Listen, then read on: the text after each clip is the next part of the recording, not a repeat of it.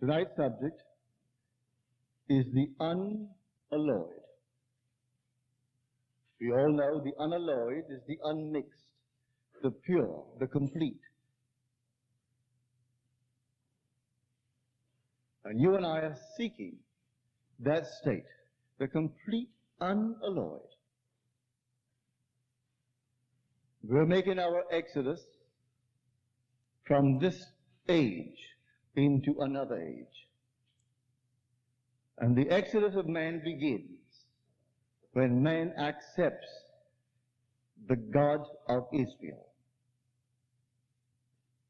If the journey seems long, it's only because the children of Israel, those who have accepted the God of Israel, find it difficult to keep the tense.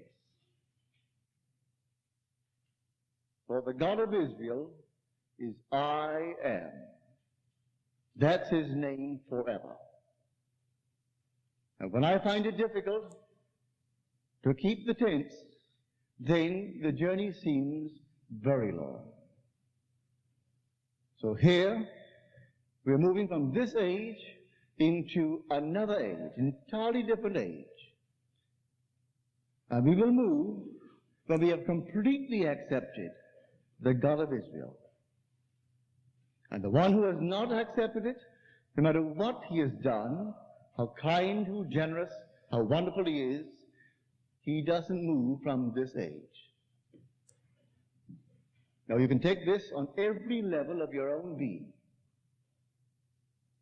You and I were made subject unto futility, not willingly, but by reason of the will of him who subjected us in hope, that you and I will be set free from this bondage to decay and obtain the glorious liberty of the children of God. That is our hope. But while we were subjected to it, and this presence who subjected us disappears from view, he takes up residence in us, and we have to find him. He is the unalloyed, the pure, the unmixed. No child born of woman could cross the threshold that admits to conscious life unaided by the life of God. The Bible speaks of that life of God as the blood of Jesus. We are told the life is in the blood. And one day man will find it. One day this tree, for we are the tree of knowledge of good and evil, and this cloven pine will be riven from top to bottom, and the imprisoned spirit set free. Every one of us, but not until we completely accept the God of Israel. And that God of Israel is simply I am. You can start this night from where you are to where you would like to be in this world of Caesar, led by the God of Israel. In other words, when you know what you are and you know what you would like to be, instead of what you seem to be, you assume I am that. Assuming I am that, or I am it, or I am he, call it what you will, and steep in the assumption that you are really the being that you would like to be.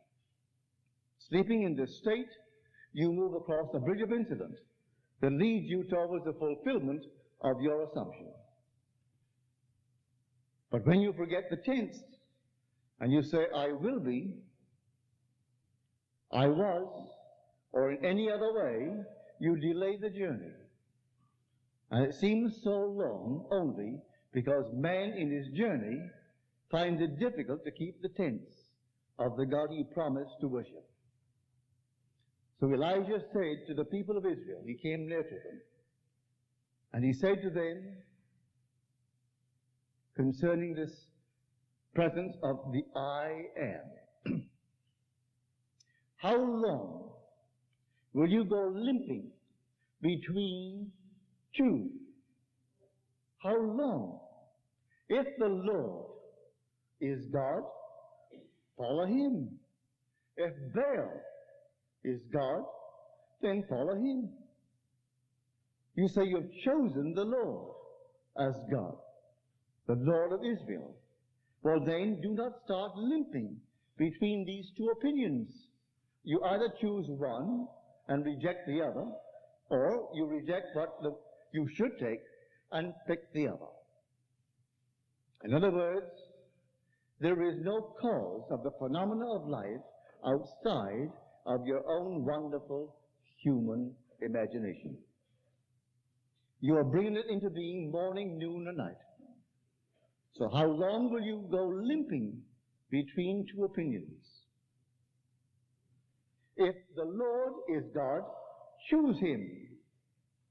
If Baal is God, then choose him. And then we turn to the book of Joshua. And Joshua said to the people of Israel, choose this day whom you will serve. As for myself and my household, we choose the Lord. And the people of Israel replied, we choose the Lord. And then Joshua said to them, you are witnesses against yourselves that you have chosen the Lord. And they replied, we are witnesses against ourselves. And then the journey starts. For the exodus from this age into that age, or from my present state of consciousness into the state of consciousness that I want to express in this world, depends upon my choice of the God of Israel. So if I choose the God of Israel to guide me, to lead me, and his name is I Am, I may find it difficult to keep the tense. And instead of sleeping night after night in the assumption that I am already the man that I would be, I may go to sleep in the belief I will be. That delays it. I may go to sleep in any other kind of belief, but I must, to the best of my ability, not only choose the God of Israel, but remain as faithful as I can to my choice. So tonight you can take anything you want if you choose the God of Israel. And may I tell you, if there's anyone in this audience this night who is an Orthodox Jew, and you think because I say I must choose and you must choose the God of Israel, and you are born into a family who are Jews, that you've already made your choice, you are mistaken. Your concept of God is just as far removed from the God as the Christian's concept of God. They have it out there in space someplace, out in time someplace. The God of which I speak of your own wonderful human imagination. That's the God. That's the God of Israel. And so you choose him to guide you. So tonight, when you know exactly what you want, you sleep in the assumption that you are already the man that you want to be, and fall asleep in that state. And that state will externalize itself within your world. You either do it, or say, I will be that man, and delay the process. But may I tell you, you will never reach I will be. You can only reach I am it. And so everyone here, try it.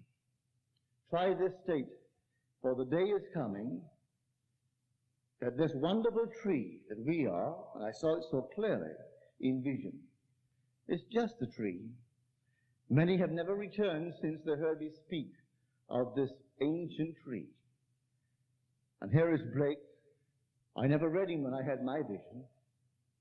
And when he said, hear the voice of the bard, who present, past, and future sees, whose ears have heard the holy word that walked among the ancient trees. For the night that I saw the trees, and the night I saw this wonderful vision of earth, and it all is like a tree, unnumbered trees. And the 8th chapter of Mark, when the man's eye was opened, he was asked, "What do you see?" He said, "I see men like trees walking." And here they told me in this vision that no one in that state where I was believed for one moment, pardon me, that anyone could come here and ever return. This to them was death, absolute death. They did not know God's plan to insert himself as you, as me, as everyone in the tree. And then put us through furnaces of affliction, but real furnaces of affliction. As we're told in the 48th chapter of the book of Isaiah, "I have tried you in the furnaces of affliction. For my own sake I do it. For how should my name be profaned? I will not give my glory to another." And so he puts himself as us through the furnaces of affliction. And friend, we are the unalloyed, pure gold, which is his blood. Then comes that pine. The cloven pine is riven from top to bottom, and the imprisoned spirit set free. And may I tell you, when you see it, you will know it.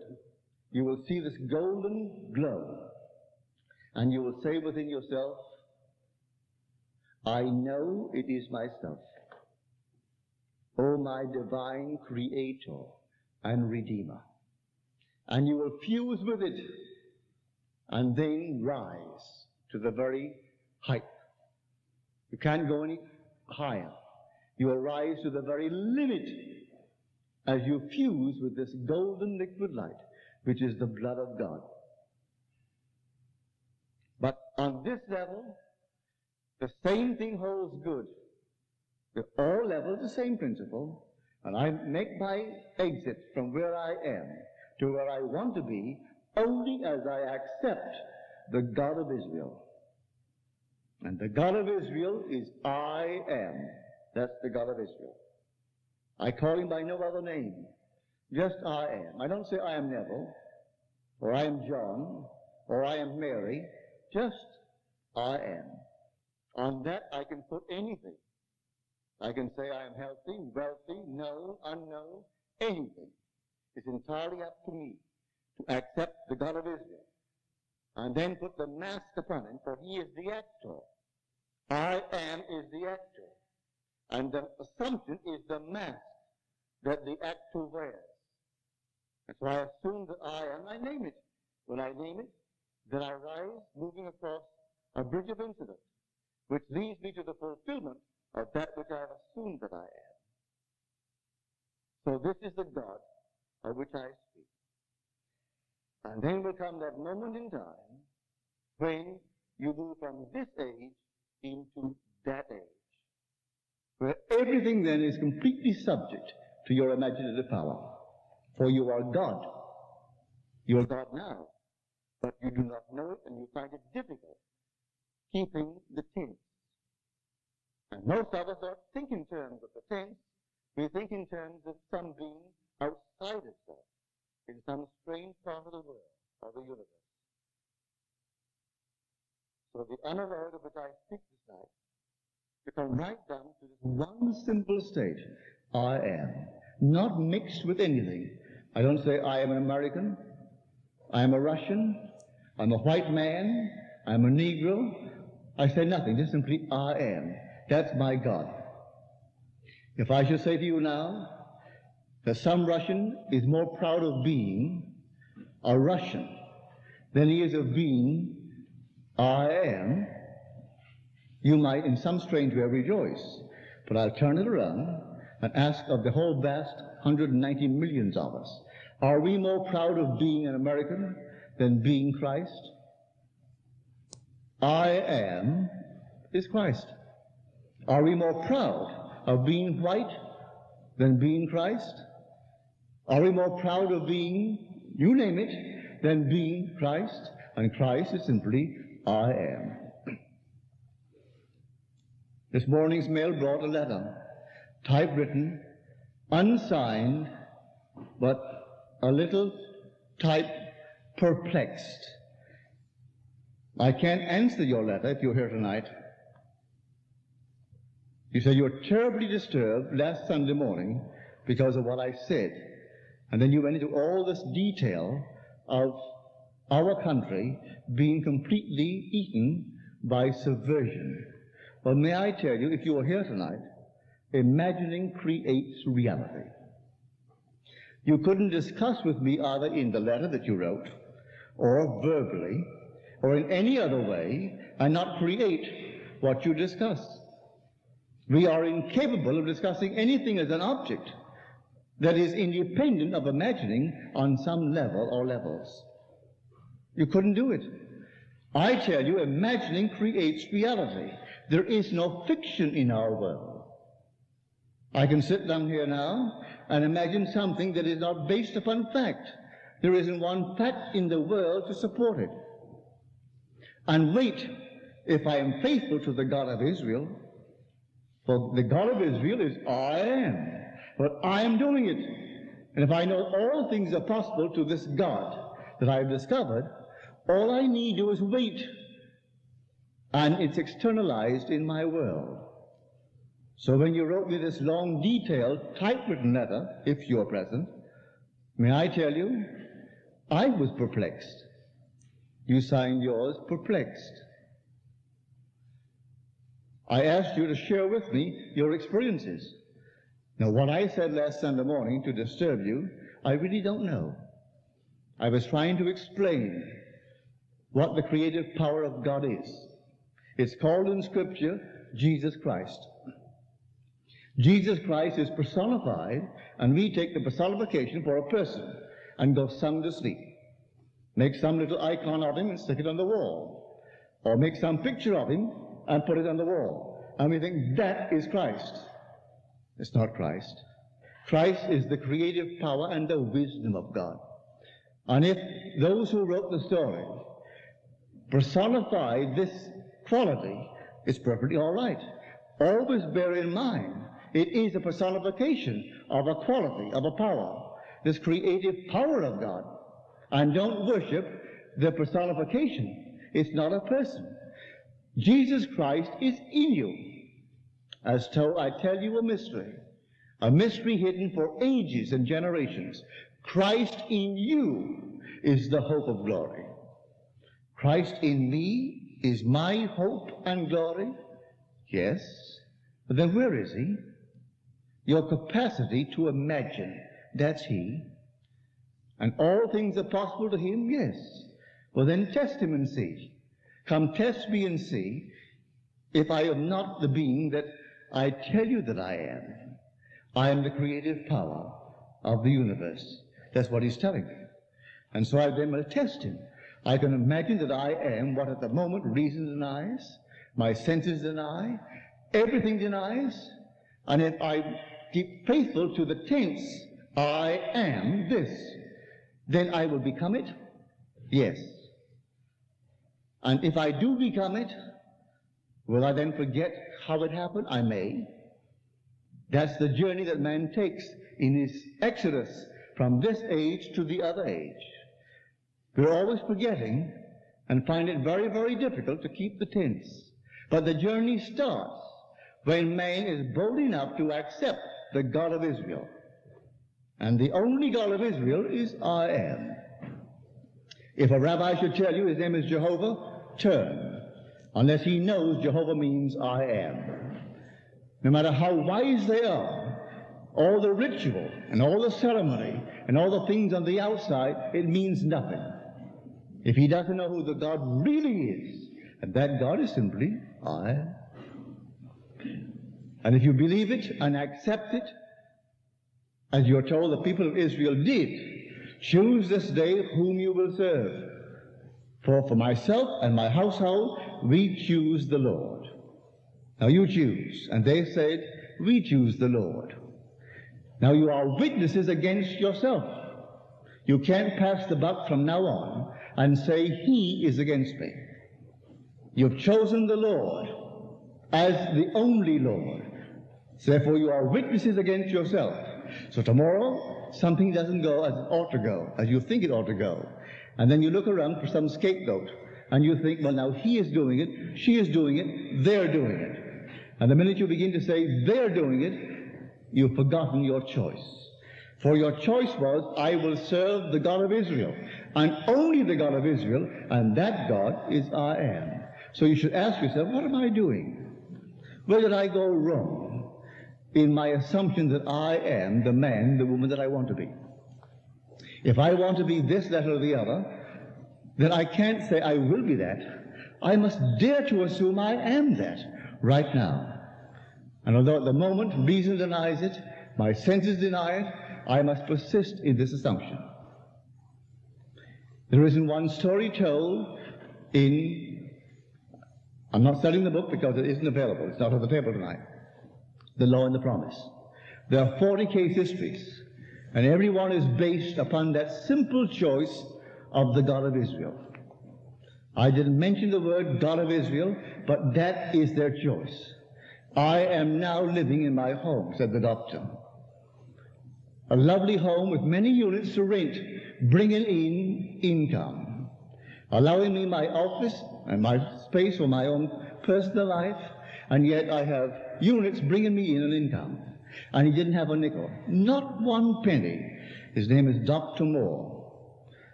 And a total stranger goes by and stops in, not to visit him as a doctor, to visit him as a potential client, for he was a builder. He had the money, he had the vision, and saw this empty lot. And he built it for Dr. Moore, without one penny out of Dr. Moore's pocket, because Dr. Moore, at the time, was given to saving every penny he could for his old age, as he says, and couldn't venture into this, although he would like to do it. When he heard this, he said, cost me nothing to do this. I will simply sleep in the assumption that it's built. And he slept in the assumption that building was done. When a total stranger drives by and stops in and proposes the building and raises the money and completes the building, then turns the key over to him. There isn't one of the 40 stories that is not based upon the choice of the God of Israel as our God. And that God is I am. So tonight, if you really know what you want in this world, and you're willing to take this God as the only God, don't turn to any other God, and then assume that I have it, or I am it, or I am it, whatever it is, and sleep as though it were true. May I tell you, in a way that you cannot consciously devise, you will wake tomorrow under compulsion to move in certain directions. And no matter where you go, it may seem wrong, but on reflection, it will prove to be right. It was the thing you should have done. You'll meet this party, that party, the other party, and they will all add up to the fulfillment of your assumption, if you are faithful to the God of Israel. So when Joshua asked the question, and the word Joshua is the Hebraic word for Jesus. It was Joshua who led the people across the river into the promised land. Moses couldn't do it. He's buried in man as that power. Joshua comes out and does it. Joshua is your own wonderful I amness. It's spelled just like Jehovah with a shin ayin at the end of it for many marvelous reasons. If I take the name Yod, He, Vav, He, and analyze it for you, Yod is a hand, a creative hand. He is a window, the eye of the body. Vav is a nail. And the last one is a He. What I see internally, the first He, I will now so feel it, I will externalize it in my world. That's the Yod, He, Vav, He. In the word Jesus or Joshua, the same word, it's Yod, He, Vav, the same first three, but then shin iron. Shin is a tooth as a symbol, and iron is an eye. The truth is that if I bring something into my world and I don't like it, I must have the power to destroy it or change it. If I have to live with all of my creations, and I created when I didn't know better, and I must live with them, I am living in hell. So a shin is inserted into the name of the Savior of the world. Where he brings it in, it's not as he wanted it to be, he can consume it. It's a fire, a three-pronged fire called a tooth. For the tooth is a symbol of that which crushes and consumes. It also is a flame. So the flame burns it and destroys it, that I may rebuild it into a better shape. So here we have this Yod-He-Vav Shinayan, the name of Joshua, the name of Jesus. The same letters, Yod-He-Vav, He, in the name of Jehovah, which is I am. That's all that it means. So the whole thing is taking place in us as our own wonderful human imagination. And if you choose that God and no other God, you can't go wrong. This is the God. So I ask everyone here to put it to the extreme test. But if tonight you feel it may be wrong, suppose I have chosen the wrong God. Suppose now he really is something external to myself. He hasn't taken up residence in me. He is something on the outside watching me, and Neville has misled me to believe in my own wonderful human imagination. Then where am I then? I've gone astray from the God I formerly worshipped to a God he has proposed. But may I tell you,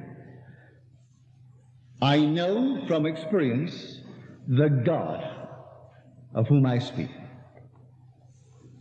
You will meet him one day, and strangely enough, although it's internal, you will see it standing before you as an external being. And it's infinite love, and it's articulate, and speaks to you as another. For he will address you, and you will answer the question asked. And yet the whole drama is taking place within you. And this God is infinite love. And he stands before you and asks you a very simple question: what is the greatest thing in the world? You will answer correctly. You will answer love. He will embrace you, and you fuse, and you are one person. And forever, you're still one person. This infinite being that stands before you is housed within you. He simply is awakening as you remain faithful to your choice to serve the God of Israel. So you make the decision. I either serve him or I don't serve him. If I serve him, I walk through here tonight in the assumption that I am already the man, I'm already the woman that now this moment I want to be, and try to the best of my ability to remain faithful to that tense, I am, and not say, well, I will be that eventually. Just I am. And if you do it, may I tell you, you will become it in the not distant future. So here this unalloyed being buried in man, and one day you will see it. It's pure, unmixed, complete, and you will see it as this tree is cleft in two from top to bottom. And looking at the base, you see the blood of God that set you free. And you, the imprisoned spirit in that tree, is now one with the blood, and up you go. And you are free of this age. But not one child in this world could live unaided by that sacrifice of the life of God. So when we read in the book of Blake, unless I die, thou canst not live. But if I die, I shall arise again, and you with me. And that's true. It's a voluntary act where he gives himself for us. Because you and I were subjected unto futility, not willingly. May I tell you, in my vision, no one wants to come here. No one. When I spoke of the stories of earth and told them of my experiences on earth, they wouldn't believe me. And Heine said to me, not one will believe you. They have not yet been subjected to this section of time. You have been subjected, and therefore it's a blessing. Because everyone who is subjected has told us in the Scriptures, we were called, we were chosen. He called us in himself before the foundation of time. And having called us, he subjected us without our consent.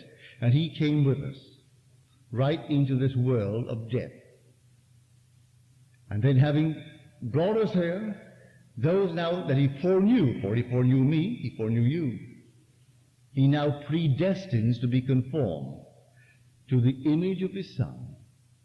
And those whom he predestined, he also called. And those whom he called, he also justified. And those whom he justified, he also glorified. Well, how would he glorify me? Only with himself, as told us in the 17th chapter of the Gospel of John. I have finished the work thou gavest me to do. Now glorify thou me with thine own self. And so he glorifies him with himself and gives him fatherhood. For God is a father. And so here, everyone will reach that moment in time when God will glorify him. And that's the end. These are the 5 stages. Those whom he foreknew, he predestined. Those whom he predestined, he called. Those whom he called, he justified. Those whom he justified, he glorified. And these are the 5 stages. And so I don't see how anyone can interpret these 5 terms and come to any conclusion other than predestination relative to that age. Everyone will be taken out of this age, though they may delay it by not quite keeping the tense. You've chosen the God of Israel as your God. You may delay the exit because you find it difficult to keep the tense. But you will still be taken out, because you'll come back and back and back time and again to the true God. And finally you're taken out of this age into that age called the kingdom of God. So everyone who is here will be transported into the kingdom of heaven, the kingdom of God. It's an entirely different world. Isn't this world at all? But while we're in this world, we use God's principle, the same principle, and make our exit not from this age into that age, but from this state into that state. So we take states here. And so I'm in a state that isn't pleasant. Or I know a friend who's in a state that isn't pleasant. And so I represent him to myself as the man I would like him to be. I believe he's taking place now. So I am faithful to the God of Israel by saying, I am seeing it now. I am hearing it. I am continuing to hear it. And always I will hear because I'm doing it now. And he has to conform to what I am hearing as true of him. And so I'm moving from one state into another state. And from that state, after he's exhausted it, into a still other state. And that's how we move in this world of ours. So here tonight, the unalloyed of which I speak is that pure gold of God. It's his blood that made you alive, for the life is in the blood. And were it not for that sacrifice, a voluntary sacrifice, you could not breathe in this world.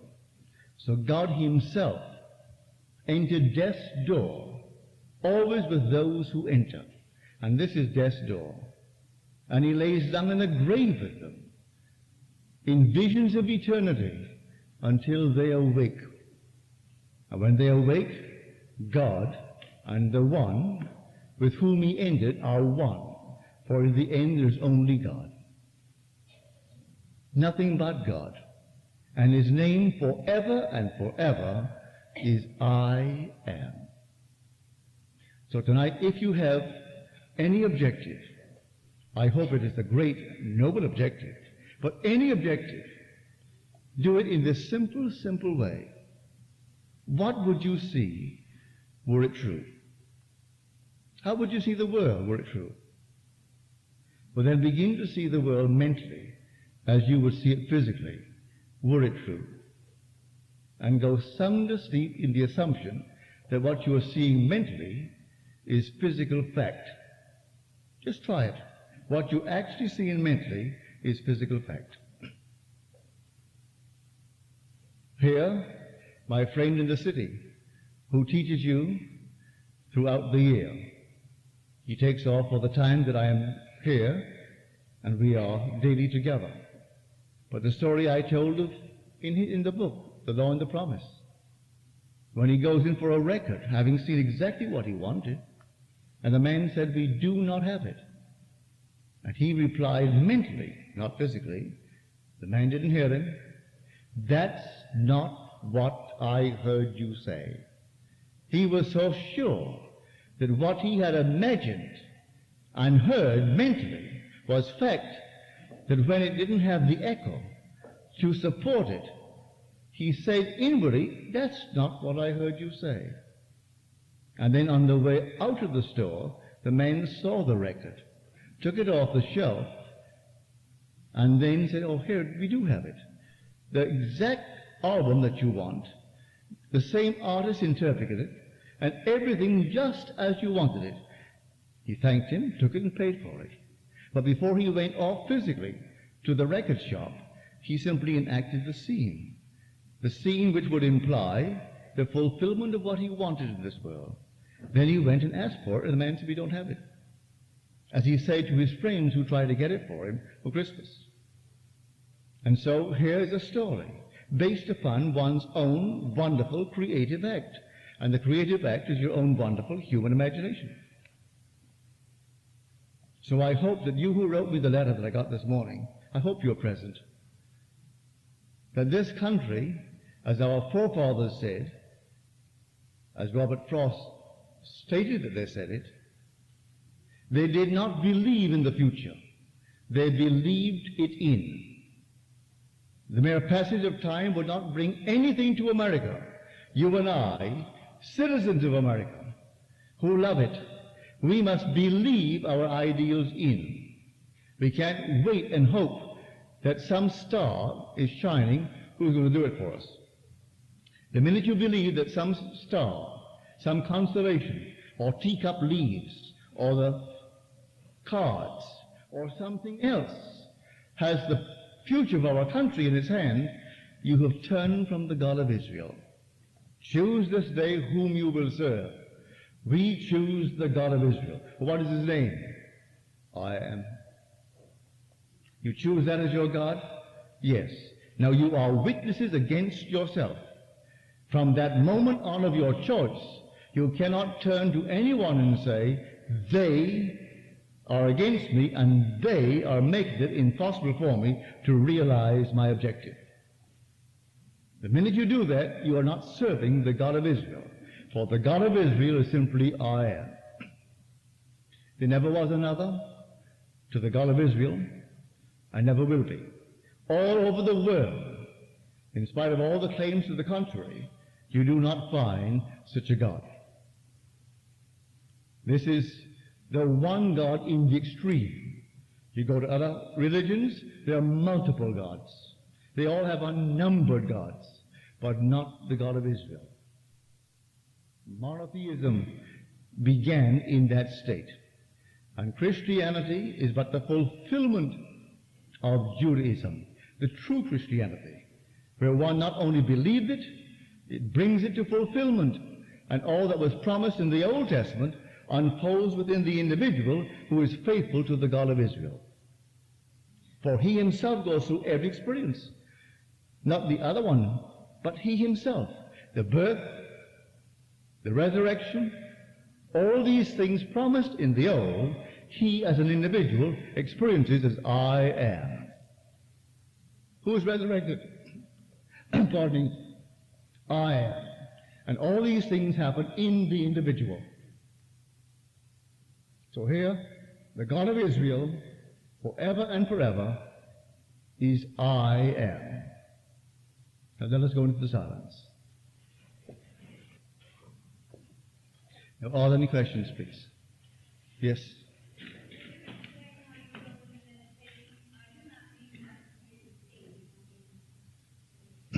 How I go into meditation? The lady would like me to explain how I go into meditation. The first thing I do, I make myself very comfortable, physically, in an easy chair, or on a couch, or on my bed.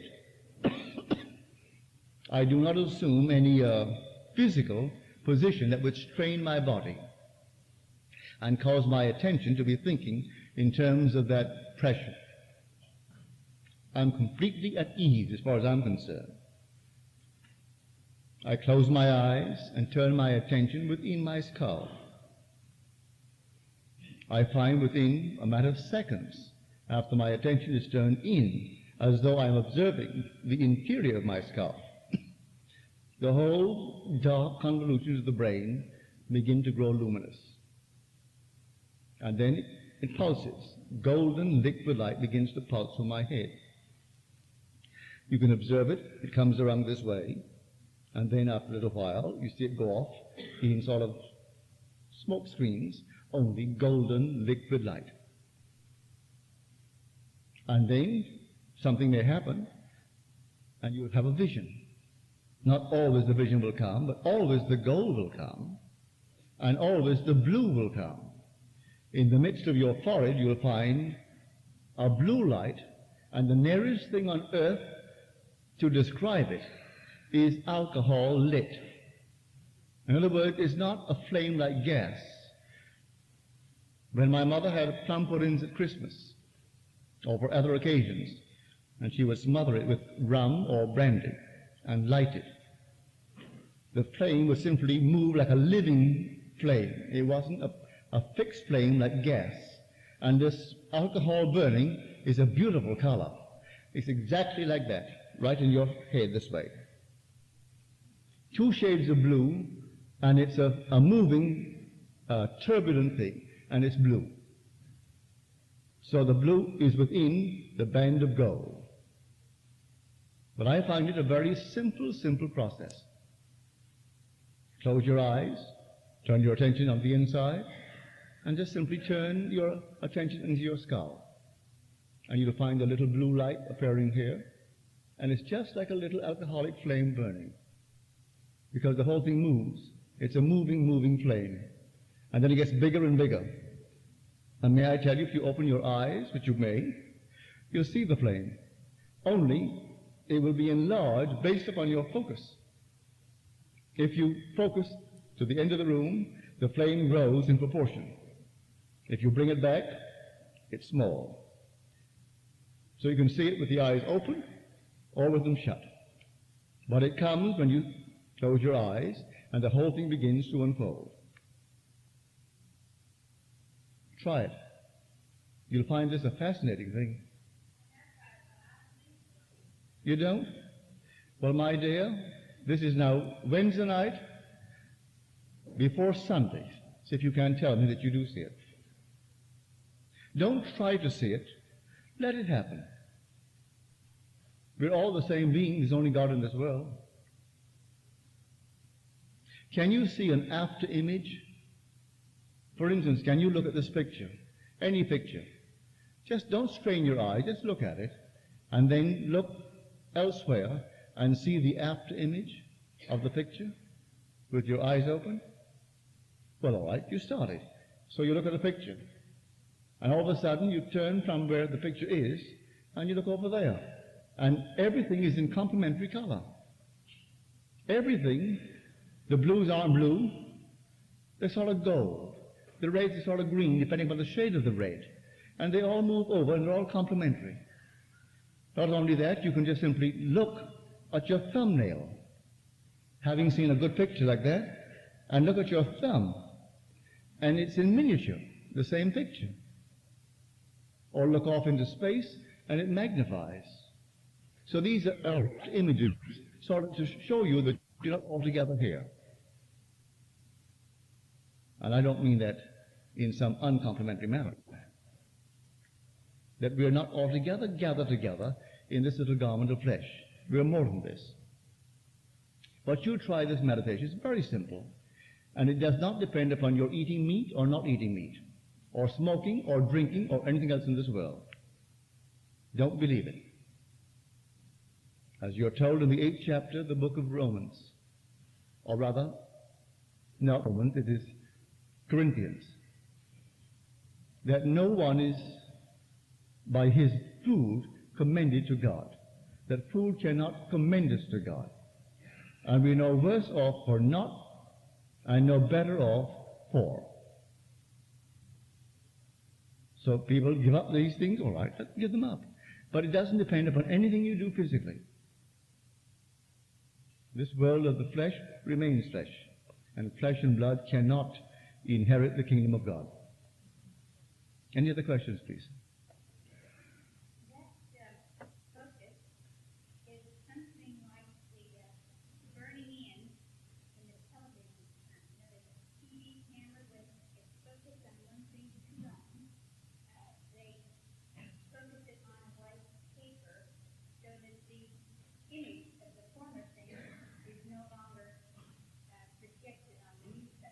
Thank you. I didn't know that.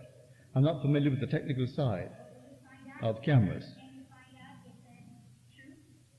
Well, you're speaking from experience, and so I will accept it. I really don't know. I really don't know. I only know I can look at anything here, anything, and it takes me just a second to look at exit, look over here, and the whole thing is green. A green exit is over right there now. By looking at it, you get an impression, and you turn away. It's an after image. In Barbados, where I was born, the sun, we have no sunsets. The sun goes down like this. We're almost on the equator. And you're sitting on the beach looking at the sun, and the sun is moving this huge orb of red. And suddenly you aren't seeing a red sun, you're seeing a green sun. But you're seeing a sun, and it's green. The sun is gone, and you're looking at the after image.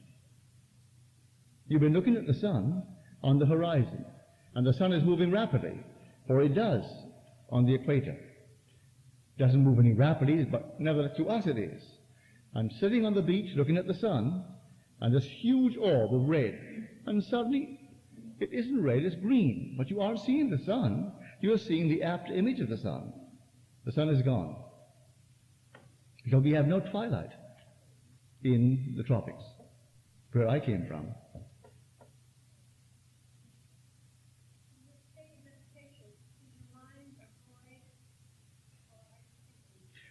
My dear, you can do it and make it a constructive moment, or you can just simply wait for revelation. For revelation can't be conjured. It just happens. Vision comes. You can't conjure it. But in applying this principle towards definite objectives in this world of Caesar, you do something about it. But that's not vision. Vision is something entirely different. Vision is really to be in a dream completely awake. It's completely awake. And it's a dream, as far as the world is concerned, but you're completely awake and everything is objective. Everything is real.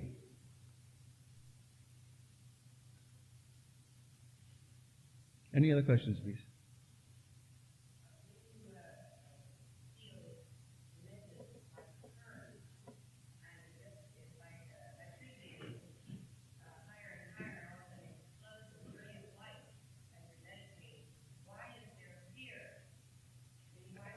Why is there fear?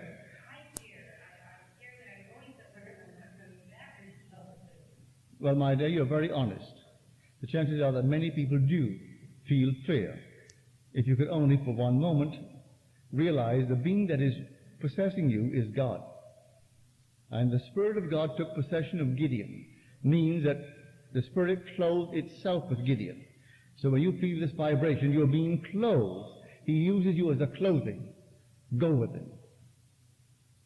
Go with it. It's yourself. This doesn't make sense to the rational mind, because they can't find the being of whom I speak by cutting open the skull. He isn't there. So when you feel the Spirit possessing you, and you interpret it as a vibration, it is a vibration. It's a tremendous vibration. And you'll hear it as a wind, and the whole thing will possess you, and then you're taken. So go with it. First of all, you don't die anyway. Nothing dies. We don't want to lose the contact with our friends here, but we have to eventually. And may I tell you, we make our exit on cue. So don't be concerned. There are people living in our world who have abused the physical body from morning to night for 90 years, and they're still vegetating. Others watched every little morsel of food that they ate, and they were strict with themselves and perfect to the book. And so one morning you read the obituary. He was only 35. So his perfect little book and all that man knows about the human forms didn't keep him beyond 35. He got his cue. Who by taking thought could add 1 hour to his span of life. If you bear that in mind, you won't be anxious. If you know you can prolong it, you won't be anxious. And there are those who beat themselves to death, and they can't seem to go. They are. They just won't go. Do you know of anyone, and I admire the man tremendously, do you know of anyone today who violated the code of health more than Churchill? Well, there's a man who smoked his 20 cigars a day, drank his 2 quarts of liquor a day, ate like a pig, and here at 90, he finally could give up. And others who watched everything. I think of that story of his general, when he said to him, you know, Mr. Churchill, I don't smoke and I don't drink. And some other thing he didn't do. I forget what it was now. And I'm 100% perfect, said he to Churchill. This is General Montgomery. And Churchill said to him, you know, I smoke excessively, drink excessively, or whatever the other thing was, that also excessively, and I'm 200% perfect. So Montgomery has a few more years to go to reach 90. He may reach 90, but he thinks that his attitude towards life is doing it. All right, let him do it. We come into this world on cue, we go out on cue. It's a play, a beautiful play, and yet the most horrible play that ever was conceived. Conceived by God and played by God. The last chapter of Job tells you. And all of his brothers and his sisters and those who knew him came to comfort him for the evil that the Lord God had brought upon him. The Lord brought it upon him. Here is the most cruel experiment ever conducted on anyone. And who do you think Job is? You are. So in the end of your day, you have gone through all the trials of Job, but you will have much more for having gone through them. I try you in the furnaces of affliction for my own sake. For my own sake I do it. For how should my name be profaned? My glory I will not give to another. He can only give it to himself. So when you are in his eye perfect, or you fuse with his blood that he sacrificed, then you rise as God. One more.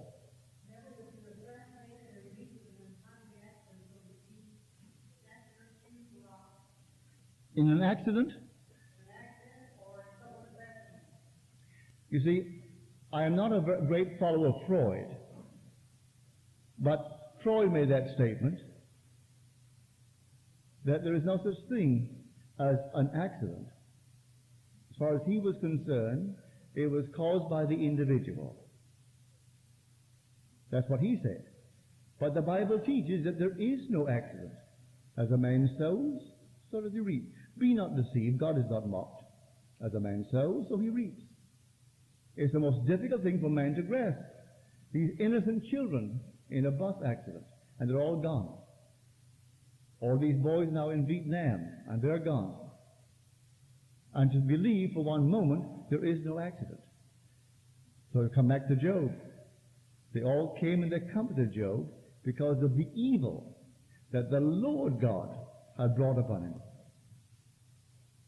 If you really accept this, you will not be as anxious as you normally would be. You will take things in stride.